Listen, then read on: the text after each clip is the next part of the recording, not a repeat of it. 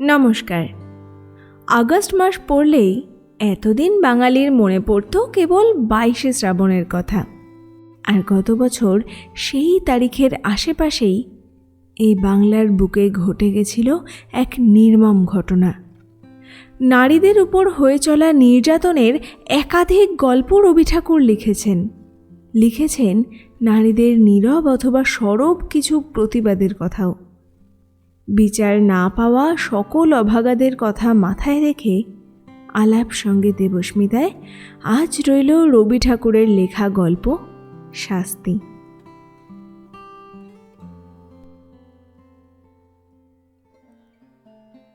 দুঃখীরাম রুই এবং ছিদাম রুই দুই ভাই সকালে যখন দা হাতে লইয়া জন খাটিতে বাহির হইল, তখন তাহাদের দুই স্ত্রীর মধ্যে বকাবকি চেঁচামেচি চলিতেছে। কিন্তু প্রকৃতির অন্যান্য নানাবিধ নিত্য কলরবের ন্যায় এই কলহ কোলাহল পাড়া শুদ্ধ লোকের অভ্যাস হইয়া গেছে। তীব্র কণ্ঠস্বর শুনিবা মাত্র লোকে পরস্পরকে বলে, ওই রে বাঁধে গেছে। অর্থাৎ যেমনটি আশা করা যায় ঠিক তেমনই ঘটিয়াছে। আজও স্বভাবের নিয়মের কোনরূপ ব্যত্যয় হয় নাই। প্রভাতে পূর্ব দিকে সূর্য উঠিলে যেমন কেহ তাহার কারণ জিজ্ঞাসা করে না, তেমনি এই কুড়িদের বাড়িতে দুই জায়ের মধ্যে যখন একটা হই হই পড়িয়া যায়, তখন তাহার কারণ নির্ণয়ের জন্য কাহারও কোনরূপ কৌতূহলের উদ্রেক হয় না। অবশ্য এই কুন্দল আন্দোলন প্রতিবেশীদের অপেক্ষা দুই স্বামীকে বেশি স্পর্শ করিত তাহাতে সন্দেহ নাই, কিন্তু সেটা তাহারা কোনরূপ অসুবিধার মধ্যে গণ্য করিত না। তাহারা দুই ভাই যেন দীর্ঘ সংসার পথ একটা এক্কা গাড়িতে করিয়া চলিয়াছে। দুই দিকের দুই স্প্রিংবিহীন চাকার অবিশ্রাম ছড়ছড় খড়খড় শব্দটাকে জীবন রথযাত্রার একটা বিধিবিহিত নিয়মের মধ্যেই ধরিয়া লইয়াছে। বরঞ্চ ঘরে যেদিন কোনো শব্দমাত্র নাই, সমস্ত থমথম ছমছম করিতেছে, সেদিন একটা আসন্ন অনৈসর্গিক উপদ্রবের আশঙ্কা জন্মিত। সেদিন যে কখন কি হইবে তাহা কেহ হিসাব করিয়া বলিতে পারিত না। আমাদের গল্পের ঘটনা যেদিন আরম্ভ হইল, সেদিন সন্ধ্যার প্রাক্কালে দুই ভাই যখন জন খাটিয়া শ্রান্ত দেহে ঘরে ফিরিয়া আসিল, তখন দেখিল স্তব্ধ গৃহ গম গম করিতেছে। বাহিরেও অত্যন্ত গুমট। দুই প্রহরের সময় খুব এক পশলা বৃষ্টি হইয়া গিয়াছে। এখনও চারিদিকে মেঘ জমিয়া আছে, বাতাসের লেশ মাত্র নাই। বর্ষায় ঘরের চারিদিকে জঙ্গল এবং আগাছাগুলা অত্যন্ত বাড়িয়া উঠিয়াছে। সেখান হইতে এবং জলমগ্ন পাটের ক্ষেত হইতে সিক্ত উদ্ভিজ্জের ঘন গন্ধবাষ্প চতুর্দিকে একটা নিশ্চল প্রাচীরের মতো জমাট হইয়া দাঁড়াইয়া আছে। গোয়ালের পশ্চাৎবর্তী ডোবার মধ্য হইতে ভেগ ডাকিতেছে এবং ঝিল্লি রবে সন্ধ্যার নিস্তব্ধ আকাশ একেবারে পরিপূর্ণ। অদূরে বর্ষার পদ্মা নবমেঘচ্ছায়ায় বড় স্থির ভয়ঙ্কর ভাব ধারণ করিয়া চলিয়াছে। শস্যক্ষেত্রের অধিকাংশই ভাঙিয়া লোকালয়ের কাছাকাছি আসিয়া পড়িয়াছে। এমনকি ভাঙনের ধারে দুই চারিটা আম কাঁঠাল গাছের শিকড় বাহির হইয়া দেখা দিয়াছে, যেন তাহাদের নিরুপায় মুষ্টির প্রসারিত অঙ্গুলিগুলি শূন্যে একটা কিছু অন্তিম অবলম্বন আঁকড়াইয়া ধরিবার চেষ্টা করিতেছে। দুঃখীরাম এবং ছিদাম সেদিন জমিদারের কাছারি ঘরে কাজ করিতে গিয়াছিল। ওপারের চরে জলি ধান পাকিয়াছে। বর্ষায় চর ভাসিয়া যাইবার পূর্বেই ধান কাটিয়া লইবার জন্য দেশের দরিদ্র লোক মাত্রেই কেহ বা নিজের ক্ষেতে, কেহ বা পাট কাটিতে নিযুক্ত হইয়াছে। কেবল কাছারি হইতে পেয়াদা আসিয়া এই দুই ভাইকে জবরদস্তি করিয়া ধরিয়া লইয়া গেল। কাছারি ঘরে চাল ভেদ করিয়া স্থানে স্থানে জল পড়িতেছিল। তাহাই সারিয়া দিতে এবং গোটা কতক ঝাঁপ নির্মাণ করিতে তাহারা সমস্ত দিন খাটিয়াছে। বাড়ি আসিতে পায় নাই, কাছারি হইতে কিঞ্চিৎ জলপান খাইয়াছে। মধ্যে মধ্যে বৃষ্টিতেও ভিজিতে হইয়াছে, উচিত মতো পাওনা মজুরি পায় নাই, এবং তাহার পরিবর্তে যে সকল অন্যায় কটু কথা শুনিতে হইয়াছে সে তাহাদের পাওনার অনেক অতিরিক্ত। পথের কাদা এবং জল ভাঙিয়া সন্ধ্যাবেলায় বাড়ি ফিরিয়া আসিয়া দুই ভাই দেখিল ছোট জা চন্দরা ভূমিতে অঞ্চল পাতিয়া চুপ করিয়া পড়িয়া আছে।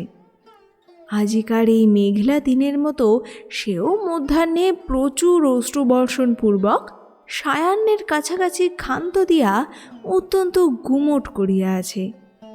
আর বড় যা রাধা মুখটা মস্ত করিয়া দাওয়ায় বসিয়াছিল। তাহার 1.5 বৎসরের ছোট ছেলেটি কাঁদিতেছিল। দুই ভাই যখন প্রবেশ করিল, দেখিল উলঙ্গ শিশু প্রাঙ্গণের এক পার্শ্বে চিত হইয়া পড়িয়া ঘুমাইয়া আছে। ক্ষুধিত দুঃখীরাম আর কাল বিলম্ব না করিয়া বলিল, ভাত দে। বড় বউ বারুদের বস্তায় স্ফুলিঙ্গ পাতের মতো এক মুহূর্তেই তীব্র কণ্ঠস্বর আকাশ পরিমাণ করিয়া বলিয়া উঠিল, ভাত কোথায় যে ভাত দিব? তুই কি চাল দিয়া গিয়াছিলি? আমি কি নিজে রোজগার করিয়া আনিব? সারাদিনের শান্তি ও লাঞ্ছনার পর অন্নহীন নিরানন্দ অন্ধকার ঘরে প্রজ্বলিত ক্ষুধানলে গৃহিণীর রুক্ষ বচন, বিশেষত শেষ কথাটার গোপন কুৎসিত শ্লেষ, দুঃখীরামের হঠাৎ কেমন একেবারেই অসহ্য হইয়া উঠিল। ক্রুদ্ধ ব্যাঘ্রের ন্যায় গম্ভীর গর্জনে সে বলিয়া উঠিল, কে বললি? বলিয়া মুহূর্তের মধ্যে দা লইয়া কিছু না ভাবিয়া একেবারে স্ত্রীর মাথায় বসাইয়া দিল। রাধা তাহার ছোট জায়ের কোলের কাছে পড়িয়া গেল এবং মৃত্যু হইতে মুহূর্ত বিলম্ব হইল না। চন্দরা রক্তসিক্ত বস্ত্রে কি হল গো বলিয়া চিৎকার করিয়া উঠিল। ছিদাম তাহার মুখ চাপিয়া ধরিল। দুঃখীরাম দা ফেলিয়া মুখে হাত দিয়া হতবুদ্ধির মতো ভূমিতে বসিয়া পড়িল। ছেলেটা জাগিয়া উঠিয়া ভয়ে চিৎকার করিয়া কাঁদিতে লাগিল। বাহিরে তখন পরিপূর্ণ শান্তি। রাখাল বালক গরু লইয়া গ্রামে ফিরিয়া আসিতেছে। পরপারের চরে যাহারা নূতন পক্ষ ধান কাটিতে গিয়াছিল, তাহারা 5-7 জনে এক একটি ছোট নৌকায় এপারে ফিরিয়া পরিশ্রমের পুরস্কার 2-4 আটি ধান মাথায় লইয়া প্রায় সকলেই নিজ নিজ ঘরে আসিয়া পৌঁছিয়াছে। চক্রবর্তীদের বাড়ির রামলোচন খুড়ো গ্রামের ডাকঘরে চিঠি দিয়া ঘরে ফিরিয়া নিশ্চিন্ত মনে চুপচাপ তামাক খাইতেছিলেন। হঠাৎ মনে পড়িল তাহার কোরফা প্রজা দুঃখীর অনেক টাকা খাজনা বাকি, আজ কিয়দংশ শোধ করিবে প্রতিশ্রুত হইয়াছিল। এতক্ষণে তাহারা বাড়ি ফিরিয়াছে স্থির করিয়া চাদরটা কাঁধে ফেলিয়া ছাতা লইয়া বাহির হইলেন। কুড়িদের বাড়িতে ঢুকিয়া তাহার গা ছমছম করিয়া উঠিল। দেখিলেন ঘরে প্রদীপ জ্বালা হয় নাই। অন্ধকার দাওয়ায় 2-4টা অন্ধকার মূর্তি অস্পষ্ট দেখা যাইতেছে। রহিয়া রহিয়া দাওয়ার এক কোণ হইতে একটা অস্ফুট রোদন উচ্ছ্বসিত হইয়া উঠিতেছে এবং ছেলেটা যত মা মা বলিয়া কাঁদিয়া উঠিতে চেষ্টা করিতেছে, ছিদাম তাহার মুখ চাপিয়া ধরিতেছে। রামলোচন কিছু ভীত হইয়া জিজ্ঞাসা করিলেন, দুঃখী আছিস নাকি? দুঃখী এতক্ষণ প্রস্তর মূর্তির মতো নিশ্চল হইয়া বসিয়াছিল। তাহার নাম ধরিয়া ডাকিবা মাত্র একেবারে অবোধ বালকের মতো উচ্ছ্বসিত হইয়া কাঁদিয়া উঠিল। ছিদাম তাড়াতাড়ি দাওয়া হইতে অঙ্গনে নামিয়া চক্রবর্তীর নিকটে আসিল। চক্রবর্তী জিজ্ঞাসা করিলেন, মাগিরা বুঝি ঝগড়া করিয়া বসিয়া আছে? আজ তো সমস্ত দিনই চিৎকার শুনিয়াছি। এতক্ষণ ছিদাম কিং কর্তব্য কিছুই ভাবিয়া উঠিতে পারে নাই। নানা অসম্ভব গল্প তাহার মাথায় উঠিতেছিল। আপাতত স্থির করিয়াছিল রাত্রি কিঞ্চিত অধিক হইলে মৃতদেহ কোথাও সরাইয়া ফেলিবে। ইতিমধ্যে যে চক্রবর্তী আসিয়া উপস্থিত হইবে সে মনেও করে নাই। ফস করিয়া কোনো উত্তর যোগাইল না, বলিয়া ফেলিল, আজ খুব ঝগড়া হইয়া গিয়াছে। চক্রবর্তী দাওয়ার দিকে অগ্রসর হইবার উপক্রম করিয়া বলিল, কিন্তু সেজন্য দুঃখী কাঁদে কেন রে?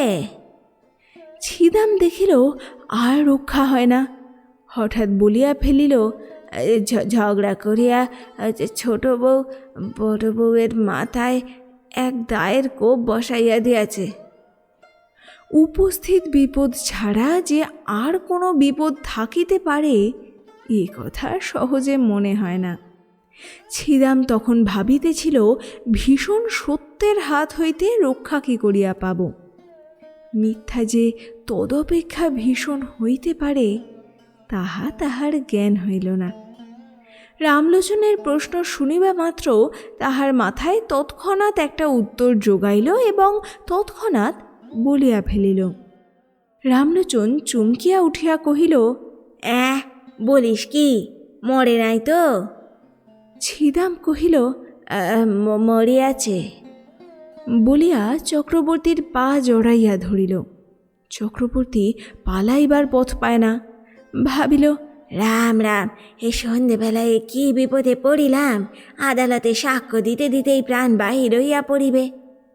কিন্তু ছিদাম কিছুতেই তাহার পা ছাড়িল না, কহিল, দাদা ঠাকুর, এখন আমার বউকে বাঁচাইবার কি উপায় করি? মামলা মোকদ্দমার পরামর্শে রামলোচন সমস্ত গ্রামের প্রধানমন্ত্রী ছিলেন। তিনি একটু ভাবিয়া বলিলেন, দেখ, আর এক উপায় আছে। তুই এখনই থানায় ছুটিয়া যা, বলগে তোর বড় ভাই দুঃখী সন্ধ্যাবেলায় ঘরে আসিয়া ভাত চাহিয়াছিল, ভাত প্রস্তুত ছিল না বলিয়া স্ত্রীর মাথায় দা বসাইয়া দিয়াছে। আমি নিশ্চয় বলিতেছি, এ কথা বলিলে ছুরিটা বাঁচিয়া যাইবে। ছিদামের কণ্ঠ শুষ্ক হইয়া আসিল। উঠিয়া কহিল, ঠাকুর, বউ গেলে বউ পাইব, কিন্তু আমার ভাই ফাঁসি গেলে আর তো ভাই পাইব না। কিন্তু যখন নিজের স্ত্রীর নামে দোষারোপ করিয়াছিল তখন এ সকল কথা ভাবে নাই। তাড়াতাড়িতে একটা কাজ করিয়া ফেলিয়াছে। এখন অলক্ষিতভাবে মন আপনার পক্ষে যুক্তি এবং প্রবোধ সঞ্চয় করিতেছে। চক্রবর্তীও কথাটা যুক্তিসঙ্গত বোধ করিলেন, কহিলেন, তবে যেমনটি ঘটিয়াছে তাই বলিস, সকল দিক রক্ষা করা অসম্ভব। বলিয়া রামলোচন অবিলম্বে প্রস্থান করিল এবং দেখিতে দেখিতে গ্রামে রাষ্ট্র হইল যে কুড়িদের বাড়ির চন্দরা রাগারাগি করিয়া তাহার বড় জায়ের মাথায় দা বসাইয়া দিয়াছে। বাঁধ ভাঙিলে যেমন জল আসে, গ্রামের মধ্যে তেমনি হু হু শব্দে পুলিশ আসিয়া পড়িল। অপরাধী এবং নিরপরাধী সকলেই বিষম উদ্বিগ্ন হইয়া উঠিল। ছিদাম ভাবিল, যে পথ কাটিয়া ফেলিয়াছে সেই পথেই চলিতে হইবে।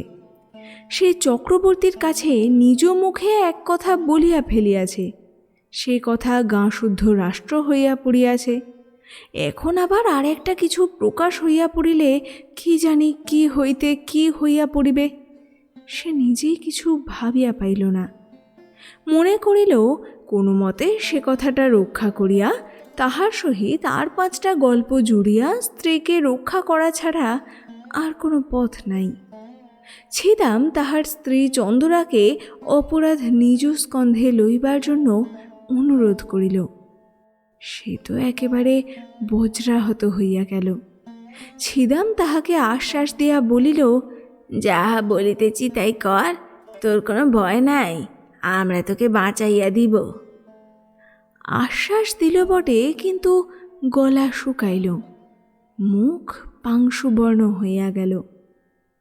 চন্দরার বয়স 17-18 অধিক হইবে না। মুখখানি হৃষ্টপুষ্ট, গোলগাল, শরীরটি অনতি দীর্ঘ, আটসাট। সুস্থ সবল অঙ্গ প্রত্যঙ্গের মধ্যে এমন একটি সৌষ্ঠব আছে যে চলিতে ফিরিতে নড়িতে চড়িতে দেহের কোথাও যেন কিছু বাধে না। একখানি নূতন তৈরি নৌকার মতো, বেশ ছোট এবং সুডোল, অত্যন্ত সহজে সরে এবং তাহার কোথাও কোনো গ্রন্থি শিথিল হইয়া যায় নাই। পৃথিবীর সকল বিষয়েই তাহার একটা কৌতুক এবং কৌতূহল আছে। পাড়ায় গল্প করিতে যাইতে ভালোবাসে এবং কুম্ভ কক্ষে লইয়া ঘাটে যাইতে আসিতে 2 অঙ্গুলি দিয়া ঘোমটা ঈষৎ ফাঁক করিয়া উজ্জ্বল চঞ্চল ঘন কৃষ্ণ চোখ দুটি দিয়া পথের মধ্যে দর্শনযোগ্য যাহা কিছু সমস্ত দেখিয়া লয়। বড় বউ ছিল ঠিক ইহার উল্টা, অত্যন্ত এলোমেলো, ঢিলে ঢালা, অগোছালো। মাথার কাপড়, কোলের শিশু, ঘরকন্যার কাজ কিছুই সে সামলাইতে পারিত না। হাতে বিশেষ একটা কিছু কাজও নেই, অথচ কোনো কালে যেন সে অবসর করিয়া উঠিতে পারে না। ছোট যা তাহাকে অধিক কিছু কথা বলিত না, মৃদুস্বরে 2-1 তীক্ষ্ণ দংশন করিত, আর সে হাউ হাউ দাউ দাউ করিয়া রাগিয়া মাগিয়া বকিয়া ঝকিয়া সারা হইত এবং পাড়া শুদ্ধ অস্থির করিয়া তুলিত। এই 2 জুড়ি স্বামী স্ত্রীর মধ্যেও স্বভাবের একটা আশ্চর্য ঐক্য ছিল। দুঃখীরাম মানুষটা কিছু বৃহদায়তনের, হাড়গুলা খুব চওড়া, নাসিকা খর্ব, 2টি চক্ষু এই দৃশ্যমান সংসারকে যেন ভালো করিয়া বোঝে না, অথচ ইহাকে কোনরূপ প্রশ্ন করিতেও চাহে না। এমন নিরীহ অথচ ভীষণ, এমন সবল অথচ নিরুপায় মানুষ অতি দুর্লভ। আর ছিদামকে একখানি চকচকে কালো পাথরে কে যেন বহু যত্নে কুঁদিয়া গড়িয়া তুলিয়াছে, লেশমাত্র বাহুল্য বর্জিত এবং কোথাও যেন কিছুমাত্র টোল খায় নাই। প্রত্যেকটি অঙ্গ বলের সহিত নৈপুণ্যের সহিত মিশিয়া অত্যন্ত সম্পূর্ণতা লাভ করিয়াছে। নদীর উচ্চ পার হইতে লাফাইয়া পড়ুক, লুঘি দিয়া নৌকা ঠেলুক, বাঁশ গাছে চড়িয়া বাছিয়া বাছিয়া কঞ্চি কাটিয়া আনুক, সকল কাজেই তাহার একটি পরিমিত পারিপাট্য, একটি অবলীলাকৃত শোভা প্রকাশ পায়। বড় বড় কালো চুল তেল দিয়া কপাল হইতে যত্নে আঁচড়াইয়া তুলিয়া কাঁধে আনিয়া ফেলিয়াছে। বেশভূষা সাজসজ্জায় বিলক্ষণ একটু যত্ন আছে। অপরাপর গ্রামবধূদিগের সৌন্দর্যের প্রতি যদিও তাহার উদাসীন দৃষ্টি ছিল না, এবং তাহাদের চক্ষে আপনাকে মনোরম করিয়া তুলিবার ইচ্ছাও তাহার যথেষ্ট ছিল, তবু ছিদাম তাহার যুবতী স্ত্রীকে একটু বিশেষ ভালোবাসিত। উভয় ঝগড়াও হইত, ভাবও হইত, কেহ কাহাকেও পরাস্ত করিতে পারিত না। আর একটি কারণে উভয়ের মধ্যে বন্ধন কিছু সুদৃঢ় ছিল। ছিদাম মনে করিত চন্দরা যেরূপ চটুল চঞ্চল প্রকৃতির স্ত্রীলোক, তাহাকে যথেষ্ট বিশ্বাস নাই, আর চন্দরা মনে করিত আমার স্বামীটির চতুর্দিকেই দৃষ্টি, তাহাকে কিছু কষাকষি করিয়া না বাঁধিলে কোন দিন হাতছাড়া হইতে আটক নাই। উপস্থিত ঘটনা ঘটিবার কিছুকাল পূর্ব হইতে স্ত্রী পুরুষের মধ্যে ভারী একটা গোলযোগ চলিতেছিল। চন্দরা দেখিয়াছিল তাহার স্বামী কাজে ওজর করিয়া মাঝে মাঝে দূরে চলিয়া যায়, এমনকি 2-1 দিন অতীত করিয়া আসে, অথচ কিছু উপার্জন করিয়া আনে না। লক্ষণ মন্দ দেখিয়া সেও কিছু বাড়াবাড়ি দেখাইতে লাগিল। যখন তখন ঘাটে যাইতে আরম্ভ করিল, পাড়া পর্যটন করিয়া আসিয়া কাশী মজুমদারের মেজ ছেলেটির প্রচুর ব্যাখ্যা করিতে লাগিল। ছিদামের দিন এবং রাত্রিগুলির মধ্যে কি যেন বিষ মিশাইয়া দিল। কাজে কর্মে কোথাও একদণ্ড গিয়া সুস্থির হইতে পারে না। একদিন ভাজকে আসিয়া ভারী ভর্ৎসনা করিল সে হাত নাড়িয়া ঝঙ্কার দিয়া অনুপস্থিত মৃত পিতাকে সম্বোধন করিয়া বলিল, ও মেয়ে ঝড়ের আগে চোটে, উহাকে আমি সামলাইব। আমি জানি ও কোন দিন কি সর্বনাশ করিয়া বসিবে। চন্দরা পাশের ঘর হইতে আসিয়া আস্তে আস্তে কহিল, কেন দিদি, তোমার এত ভয় কিসের? এই তো দুই যায় বিষম দ্বন্দ্ব বাঁধিয়া গেল। ছিদাম চোখ পাকাইয়া বলিল, এবার যদি কখনো শুনি তুই একলা ঘাটে গিয়াছিস, তোর হাড় গুঁড়াইয়া দিব। চন্দরা বলিল, তাহা হইলে তো হাড় জুড়ায়, বলিয়া তৎক্ষণাৎ বাহিরে যাইবার উপক্রম করিল। ছিদাম এক লম্ফে তাহার চুল ধরিয়া টানিয়া ঘরে পুড়িয়া বাহির হইতে দ্বার রুদ্ধ করিয়া দিল। কর্মস্থান হইতে সন্ধ্যাবেলায় ফিরিয়া আসিয়া দেখে ঘর খোলা, ঘরে কেহ নাই। চন্দরা 3টে গ্রাম ছাড়াইয়া একেবারে তাহার মামার বাড়ি গিয়া উপস্থিত হইয়াছে। ছিদাম সেখান হইতে বহু কষ্টে অনেক সাধ্য সাধনায় তাহাকে ঘরে ফিরাইয়া আনিল, কিন্তু এবার পরাস্ত মানিল। দেখিল এক অঞ্জলি পারদকে মুষ্টির মধ্যে শক্ত করিয়া ধরা যেমন দুঃসাধ্য, এই মুষ্টিমেয় স্ত্রীটুকুকেও কঠিন করিয়া ধরিয়া রাখা তেমনি অসম্ভব। ও যেন 10 আঙুলের ফাঁক দিয়া বাহির হইয়া পড়ে।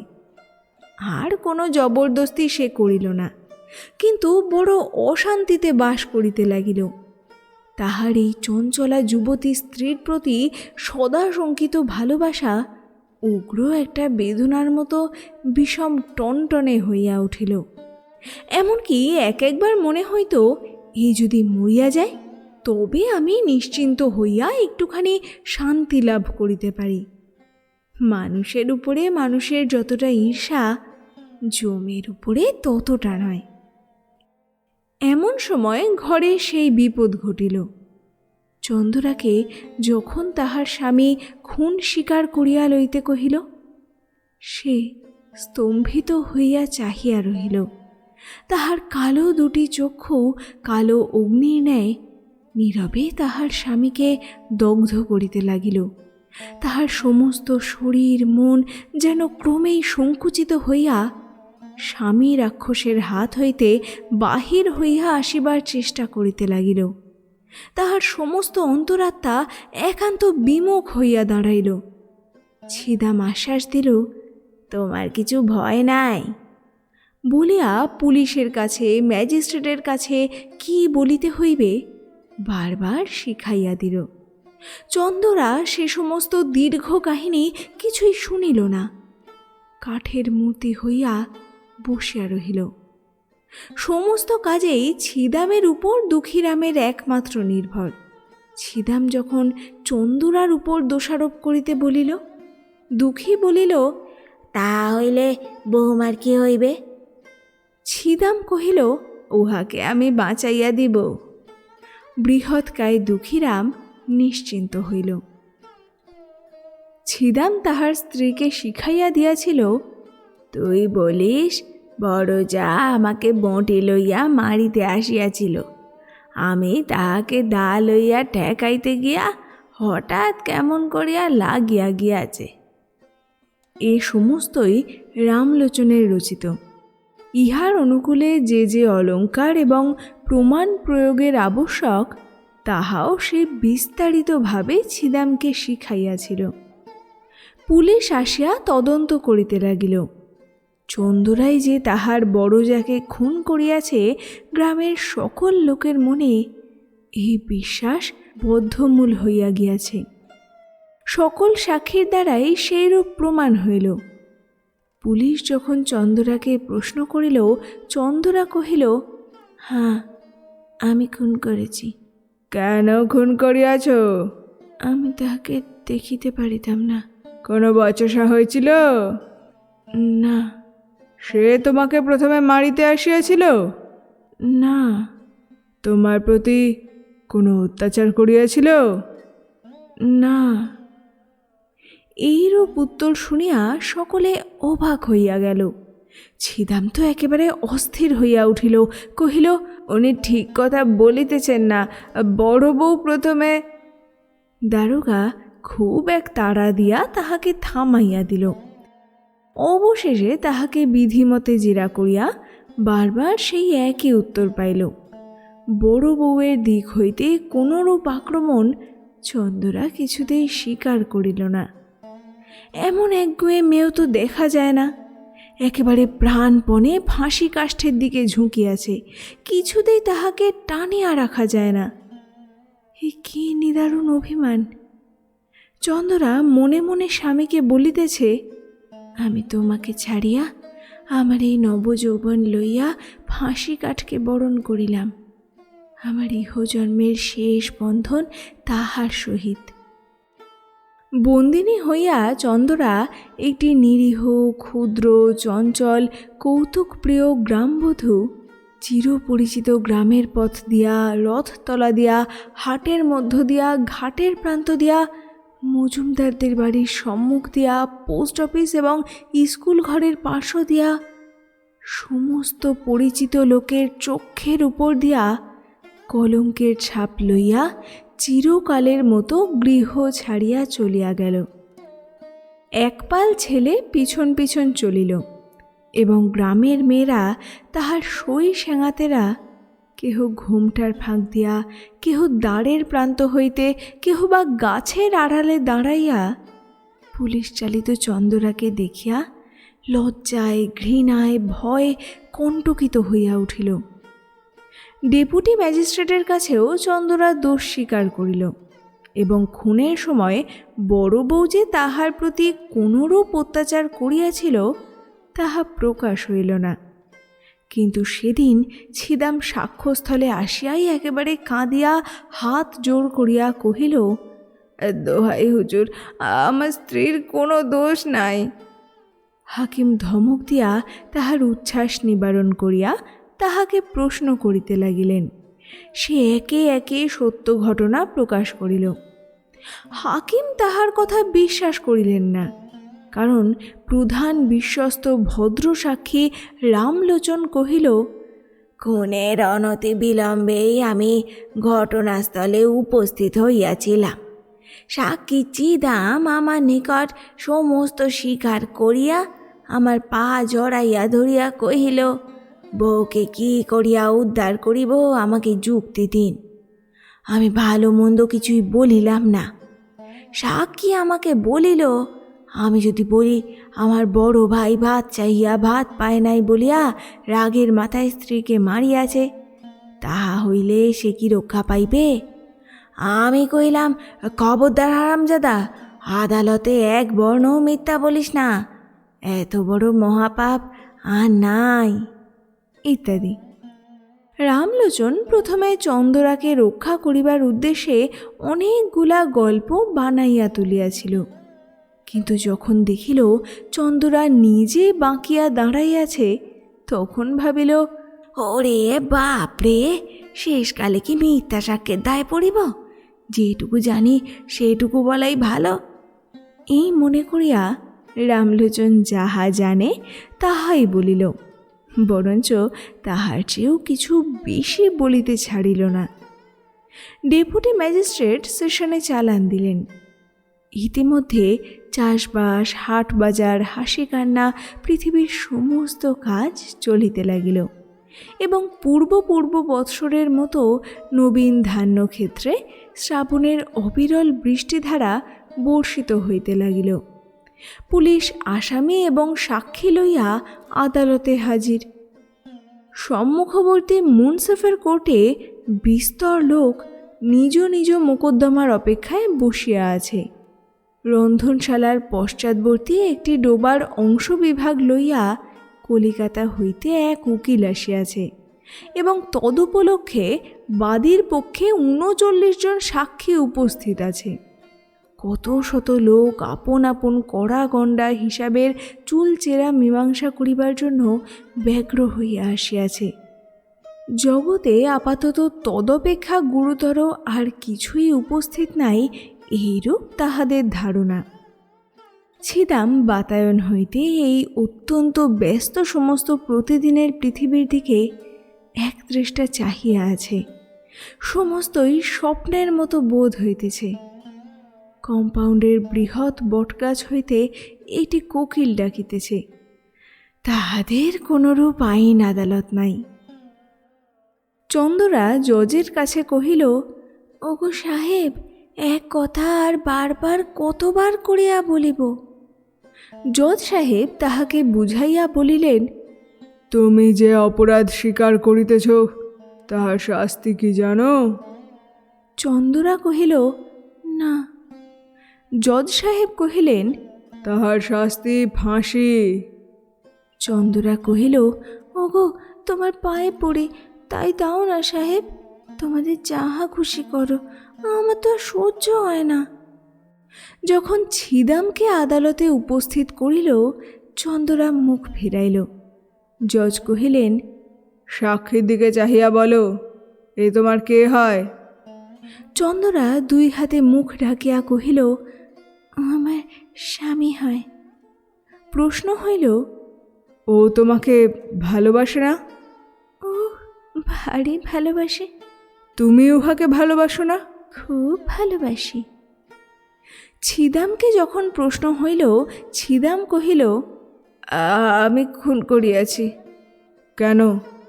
ভাত চাহিয়াছিলাম, বড় বউ ভাত দেয় নাই। দুঃখীরাম সাক্ষ্য দিতে আসিয়া মূর্ছিত হইয়া পড়িল। মূর্ছা ভঙ্গের পর উত্তর করিল, সাহেব, আমি খুন করিয়াছি। কেন? ভাত চাহিয়াছিলাম, ভাত দেয় নাই। বিস্তর জেরা করিয়া এবং অন্যান্য সাক্ষ্য শুনিয়া জজ সাহেব স্পষ্ট বুঝিতে পারিলেন, ঘরের স্ত্রীলোককে ফাঁসির অপমান হইতে বাঁচাইবার জন্য ইহারা দুই ভাই অপরাধ স্বীকার করিতেছে। কিন্তু চন্দরা পুলিশ হইতে সেশন আদালত পর্যন্ত বরাবর এক কথা বলিয়া আসিতেছে। তাহার কথার তিলমাত্র নড়চড় হয় নাই। দুইজন উকিল স্বেচ্ছা প্রবৃত্ত হইয়া তাহাকে প্রাণদণ্ড হইতে রক্ষা করিবার জন্য বিস্তর চেষ্টা করিয়াছে, কিন্তু অবশেষে তাহার নিকট পরাস্ত মানিয়াছে। যেদিন একরত্তি বয়সে একটি কালো কুলো ছোটোখাটো মেয়ে তাহার গোলগাল মুখটি লইয়া খেলার পুতুল ফেলিয়া বাপের ঘর হইতে শ্বশুর ঘরে আসিল, সেদিন রাত্রে শুভ লগ্নের সময় আজিকার দিনের কথা কে কল্পনা করিতে পারিত? তাহার বাপ মরিবার সময় এই বলিয়া নিশ্চিন্ত হইয়াছিল যে, যাহা হোক, আমার মেয়েটির একটি সদ্গতি করিয়া গেলাম। জেলখানায় ফাঁসির পূর্বে দয়ালু সিভিল সার্জন চন্দরাকে জিজ্ঞাসা করিলেন, কাহাকেও দেখিতে ইচ্ছা করো? চন্দরা কহিল, একবার আমার মাকে দেখিতে চাই। ডাক্তার কহিল, তোমার স্বামী তোমাকে দেখিতে চায়, তাহাকে কি ডাকিয়া আনিব? চন্দরা কহিল, মরণ।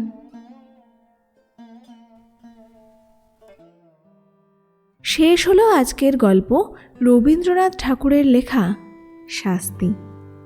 আজকের গল্প আপনার কেমন লেগেছে তা আমাকে জানান কমেন্ট করে।